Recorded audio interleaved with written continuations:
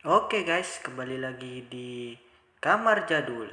Hari ini kita akan membahas tentang misteri Gunung Salak. Perlu kalian ketahui guys, Gunung Salak banyak dijuluki sebagai gunung terangker di Jawa Barat ya guys. Meski begitu, hal tersebut tidak menyusutkan antusias para pendaki. Ditambah lagi di Gunung Salak itu ada 3 puncak yang bisa dikunjungi. Adapun beberapa puncak tersebut yaitu salah satunya Puncak Manik atau Puncak Gunung Salak 1 berada di ketinggian 2211 meter. Dan selanjutnya Puncak Salak 2 yang mempunyai ketinggian 2180 meter. Dan puncak yang ketiga yaitu Puncak Sumbul dengan ketinggian 1926 meter. Untuk mencapai puncak tersebut, ada 4 jalur pendakian yang bisa digunakan. Nah, buat teman-teman yang sedang ingin menaklukkan gunung ini, sebaiknya mengetahui beberapa informasi penting tentang 4 jalur pendakian Gunung Salak tersebut. Nah, itu saja ya guys seputar Gunung Salak. Dan sekarang kita akan beralih ke Misteri Gunung Salak.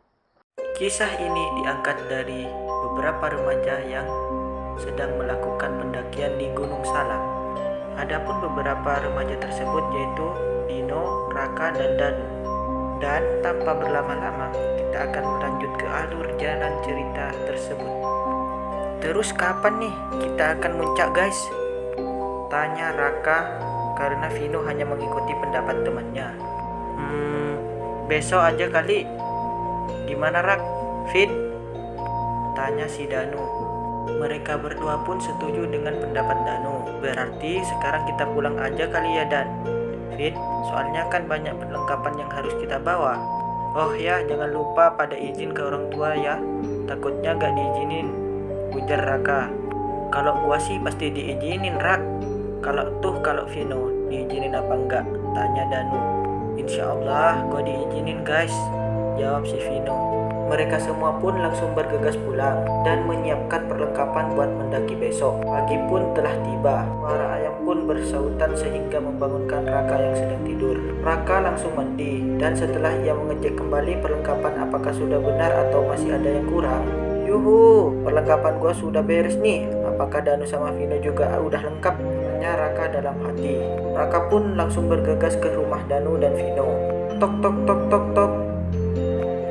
Lu Rak, si Vino mana nih? Kok kagak ikutan? Tanya Danu. Ada kayaknya di rumah sih, jawab si Raka. Apakah kita telepon Vino aja ya Dan? Biar dia kesini. Seru si Raka pun mengangguk. Tut, tut, tut. Halo Vin, gimana nih? Lu jadi gak ikutan? Jadi dong, meyakinkan si Vino. Sekarang lu ke rumah Danu ya. Gua udah di sini dari tadi subuh. Hihihi, ujar si Raka sambil ketawa. Iya, gua jadi ikut kok. Kalem ya. Iya. Gua kesini nih, OTW, jawab si Vino. Beberapa menit kemudian, Vino pun sampai di rumah Danu. Udah pada siap belum nih? Tanya Vino. Udah dong, Vin. Gua dari semalam juga udah siap, jawab si Raka. Iya, gua juga dah siap nih, ujar Danu. Oh iya, kita mau muncak bertiga doang nih, gak salah? Tanya si Raka. Ya, gak apa-apa lah, niat kita kan mau lihat puncak Gunung Salak, gak ada yang niat jahat nih, ucap si Danu. Ya udah deh, asal niat kita baik, insya Allah kita pulang sampai selamat, ujar si Raka. Mereka bertiga gegas pulang ke rumah masing-masing untuk berpamitan dan segera berangkat menuju Gunung Salak. Beberapa jam kemudian, mereka pun sampai di base camp Gunung Salak. Mereka memilih jalur pendakian Cangkuan atau Cidahu. Cidahu menjadi jalur favorit para pendaki. Soalnya dibandingkan dengan jalur lainnya, jalur ini lebih memudahkan pendaki dengan adanya warung makan, lahan terbuka, pemandangan air terjun, dan kawah ratu yang melegenda. Dengan kata lain, saat melewati jalur ini, kita bisa menghilangkan lapar dan mendirikan tenda dengan mudah, atau menyegarkan pikiran dengan keindahan pemandangan lainnya. Mereka semua pun akhirnya melakukan perjalanan menuju Gunung Salak. Sekitar 30 menit sampai. Akhirnya kita sampai juga nih, ucap si Raka. Iya nih, akhirnya kita udah sampai, kata si Dino. Lah, itu ada base camp. Kita ke sana dulu yuk, ujar si Danu. Berjalanlah mereka bertiga menuju base camp, dan kebetulan di dekat situ ada warung kopi. Danu, Raka, dan Vino bergegas menuju warung tersebut. Sesampainya di warung ternyata ada penjaga base camp. Kalian bertiga doang, Mas? Bener, tanya Pak penjaga base camp. Danu, Raka, dan Dino mengiyakan karena memang mereka bertiga niatnya. Kita ini niat mau merasakan keindahan puncak Gunung Salak, Pak. Gak ada niat jahat kok, jadi doain ya supaya kami bertiga pulang dengan selamat, ujar si Raka. Ya udah, kalau kalian ingin tetap bertiga, semoga kalian bisa pulang dengan selamat ya. Amin, jawab Pak penjaga.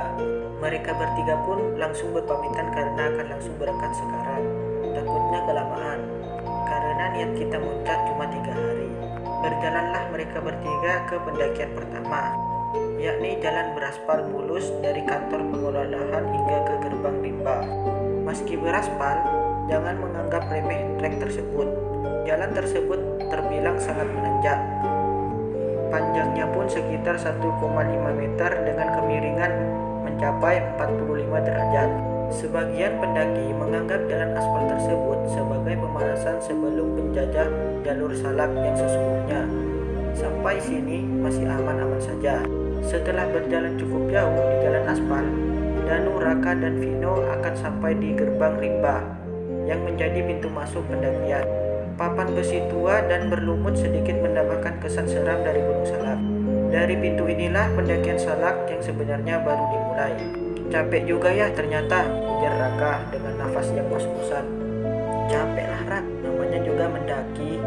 Kalau mau nggak capek ya udah tiduran aja sono, jawab Vino sambung Danu. Mereka pun melanjutkan perjalanan.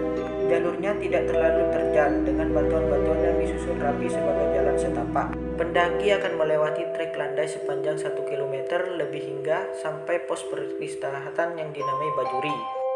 Beberapa jam kemudian, waktu menunjukkan pukul 5:30 sore. Mereka berhenti sejenak di pos bayangan.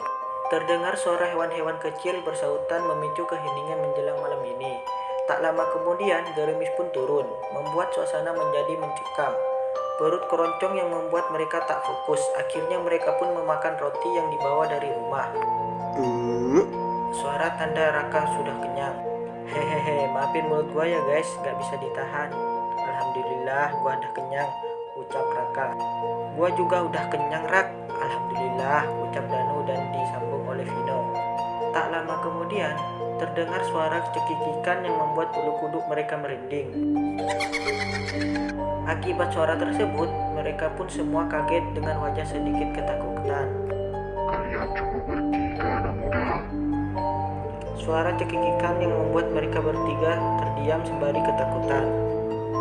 Udah, kalian gak usah dengerin suara itu ya, kita baca doa aja. Semoga dia gak ganggu kita, ujar Danu dengan meyakinkan teman-temannya. Raka dan Vino menganggukkan tanda memberikan jawaban kepada Danu. Beberapa menit kemudian suara itu pun hilang. Maghrib pun tiba. Udah istirahat di sini dulu guys, 15 menit aja deh. Nanti kita langsung lanjut jalan deh, ucap Danu. Iya Dan, gak apa-apa kita istirahat di sini aja, jawab si Vino. Raka hanya terdiam sambil memegangi kedua lututnya karena suasana sangat dingin. Mereka bertiga pun kembali menelusuri gemerciknya gerimis yang turun. Melewati bebatuan yang licin, mereka sambil membaca doa-doa yang mereka bisa. Akhirnya mereka pun sampai di persimpangan Bajuri. Di simpangan Bajuri ini gua dengar-dengar beberapa titik treknya juga ditemui jalan rawa dan lumpur. Guys, kita harus lebih berhati-hati lagi nih, ujar si Danu. Apaan tuh Rak? Dan kayaknya pohon yang sudah tumbang deh, ucap Vino. Iya bener tuh, ada pohon udah tumbang. Pelan-pelan aja ya, jawab si Raka. Dan Rak, kaki gua nih. Astaga Vino, sahut mereka berdua. Kaki Vino terpeleset dan masuk ke dalam lumpur yang cukup dalam. Raka dan Danu langsung menjulurkan tangannya untuk menolong temannya. Karena lumpur yang begitu menjijikkan dan lumayan dalam, mereka sampai kewalahan untuk menyelamatkan Vino. Mana nih guys, udah semakin masuk ke dalam lumpurnya nih, kaki gua, ucap Vino dengan ekspresi cemas. Sekarang lu pegangan yang kenceng Vin, gua sama Raka sebisa mungkin bakal nolongin lu, sahut Danu. Beberapa menit kemudian, Vino berhasil keluar dari rumput yang menjijikkan itu. Untung gua bisa keluar dari sini, kalau gak gimana jir, ucap Vino dengan ekspresi lega. Dahlah, sekarang yang penting lu bisa keluar dari sini, sahut si Raka. Mereka bertiga pun akhirnya melanjutkan perjalanan menuju Kawah Ratu. Hujan pun sudah berhenti dari tadi, sehingga membuat semangat mereka berkobar untuk sampai ke puncak. Tidak mudah untuk mendaki bisa sampai ke puncak. Lagi-lagi mereka bertiga dihadapkan oleh banyak rintangan. Guys, kita istirahat di sini dulu yuk. Udah jam berapa nih? Kita istirahat dulu, siapin tenaga buat besok pagi biar kita langsung bisa sampai ke puncak, ucap si Danu. Iya bener tuh, Dan, Vin, kita istirahat dulu aja, sahut si Raka. Mereka bertiga pun akhirnya membuat tenda dan langsung memasak mie instan yang telah dibawa dari rumah. Dan beberapa saat kemudian munculnya keanehan. Terdengar suara seperti ada benda jatuh mengenai tenda. Semua pun terkaget. Hah? Suara apaan tuh, Rak? Dan? Ucap Vino dengan spontan karena dia yang paling penakut dari teman-temannya. Vino langsung masuk ke tenda. Danu dan Raka langsung mengecek keadaan di atas tenda sampai ke belakang tenda. Lah, kok gak ada apa-apa ya, Rak? Kayaknya tadi suaranya keras banget deh, ucap Danu sambil mencari-cari benda apa yang tadi jatuh ke atas tendanya. Iya ya, aneh, gak ada apa-apa. Udahlah, sekarang kita lanjutin masak aja yuk. Udah matung tuh kayaknya mie-nya, sahut Raka dengan wajah keheranan. Vino, gak ada apa-apa kok. Paling cuma ranting kecil aja yang jatuh ke bawah angin. Udah gua cek. Lu gak usah takut. Mending sekarang kita makan yuk. Tuh mie-nya udah mateng, ucap si Raka. Mereka bertiga langsung menyantap mie instan yang sudah matang. Dengan lahap Vino memakan mie-nya. Lu lapar banget apa gimana sih, Vin? Tanya Danu sambil bercanda. Ah, gua gak lapar. Udah tahu lapar pakai nanya lagi. Kalau gua gak lapar gak mungkin makan anjir, sahut si Vino mulai kesal. Biasa aja dong Vin, gua cuma bercanda, lu jadi cowok baperan amat sih, ucap Danu sambil meledeknya. Dah, sekarang kita bersih-bersih nih. Mereka bertiga pun langsung membereskan barang-barang memasak tadi dan langsung bergegas untuk tidur. Rek, suara resleting tenda pun terdengar. Baru sekitar 5 menit, Raka dan Danu sudah tertidur dengan posisi Danu dan Raka di pinggir dan si Vino di tengah. Karena sekarang musim hujan, cuaca pun tidak mendukung.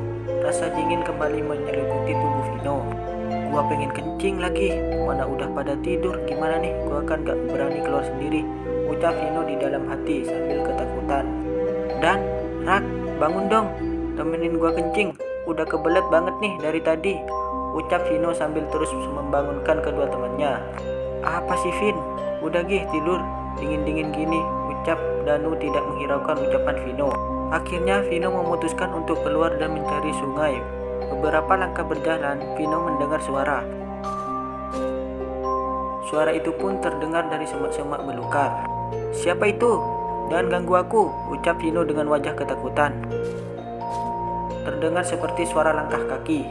Vino akhirnya hanya terdiam dengan menunggu suasana aman. Vino kembali berjalan lalu langkahnya terhenti. Seketika ia melihat bayangan putih terbang melintas di depannya. Wush! Mau kemana kamu ganteng? Ucap Mbak Kunti. Pergi, jangan ganggu aku cuma mau kencing kok, pergi, ih. Tak lama kemudian senter Vino tiba-tiba mati. Vino pun kehilangan penerangan satu-satunya yang dia bawa. Danu, Raka, tolong, ucap si Vino dengan wajah yang ketakutan. Namun tidak ada yang mendengar suara Vino. 10 menit berlalu, Vino terus menangis. Walaupun dia cowok, dia juga bisa menangis saking takutnya. Vino mendengar seperti ada suara. Cepat, kalian pergi dari hutan ini sekarang. Karena hutan ini terkenal sangat angker. Kalau kalian masih sayang dengan nyawa kalian, cepat pergi, ucap nenek-nenek yang entah dari mana asalnya. Nenek siapa? Sahut Vino dengan ekspresi ketakutan. Dan bulu kuduk pun langsung berdiri. Baru saja Vino bertanya tetapi nenek tersebut sudah menghilang begitu saja. Lah, apa jangan-jangan nenek tadi itu hantu, ucap Vino sambil berlari entah kemana tujuannya. Raka terbangun dari tidurnya. Sesekali dia melirik ke sampingnya. Ternyata Vino sudah tidak ada di tempat tidurnya yang berada di posisi tengah-tengah antara Raka dan Danu. Danu, bangun woi. Vino kemana nih? Kok gak ada? Ucap Raka sambil membangunkan Danu yang sangat pulas tertidur. Seketika Danu pun terbangun sambil mengucek-ngucek matanya. Hah? Apa lu bilang, Rak? Vino gak ada. Astaga, kemana sih itu bocah? Ucap sambil Danu sambil memikirkan kemana perginya Vino. Sesekali Danu sambil mengucek mata, sambil mencubit tangannya apakah dia bermimpi. Ternyata Danu cuma mimpi bahwa Vino hilang. Dengan rasa syukur Danu tak terhenti mengucapkan alhamdulillah karena sudah tadi hanya mimpi. Hingga akhirnya Vino pun terjatuh. Beberapa jam kemudian, pagi pun tiba, Vino pun terbangun. Ternyata dia hanya mimpi. Dia sangat bersyukur karena semua yang dialami itu tadi hanyalah mimpi. Anjir, ternyata cuma mimpi dan Rak. Tapi kayak nyata anjir mimpinya, ucap Vino. Lah, emang tadi lu mimpi apaan, Vin? Ih, panjang banget ceritanya. Tadi gue mimpi, gue pengen kencing tuh. Terus pas baru beberapa langkah gue dengar suara di balik semak-semak itu. Terus tiba-tiba gue dengar kayak suara langkah kaki gitu. Akhirnya gue terhenti dulu sampai suara itu hilang. Terus akhirnya suara itu menghilang. Gue masih pengen kencing nih. Pas ada suara semak-semak. Terus gue lanjutin buat nyari tempat kencing. Baru beberapa menit gue gak nemu-nemu tuh tempat. Terus tiba-tiba senter gue mati. Gue bingung banget mesti gimana lagi. Tiba-tiba gue ngeliat sosok bayangan putih terbang di atas gue. Gue kaget banget. Terus akhirnya bayangan itu pergi. Gak lama kemudian gue dengar suara nenek-nenek. Dia bilang kita suruh pergi dari gunung ini. Dan Rak, maksudnya apa ya sih? Terus pas gue lagi takut-takutnya tuh, gue langsung lari, gak tahu kemana. Tiba-tiba pas gue bangun itu cuma mimpi. Alhamdulillah, ucap Vino sambil menceritakan mimpinya. Parah banget sih mimpinya, Vin. Untung mimpi. Tapi Vin, gue juga semalam mimpi lu. Gue kira itu beneran. Untung cuma mimpi, sahut si Danu. Terus maksud dari ucapan nenek-nenek itu apaan ya? Tanya si Vino. Udahlah, gak usah pikirin. Mending sekarang kita siap-siap buat persiapan sampai ke Kawah Ratu, ujar Raka. Perjalanan kembali dimulai. Mereka pun berjalan sambil mengusir lebatnya hutan. Tak terasa suara ayam sudah berkokok. Bersahutan tandanya sudah mulai pagi. Semangat mereka pun tidak pernah pudar untuk sampai di Kawah Ratu dan untuk sampai di puncak. Bebatuan demi bebatuan yang licin mereka lalui. Semak melukar ilalang-ilalang tinggi mereka tebas agar bisa melewati rimbunnya hutan ini. Waktu berlalu, godaan demi godaan tetap mereka jumpai. Wush, bulu-buluku merinding kala merasakan hembusan angin tadi. Ternyata Mbak Kunti yang semalam ada di mimpi Vino itu beneran ada. Mau kemana kalian anak muda? Suara cekikik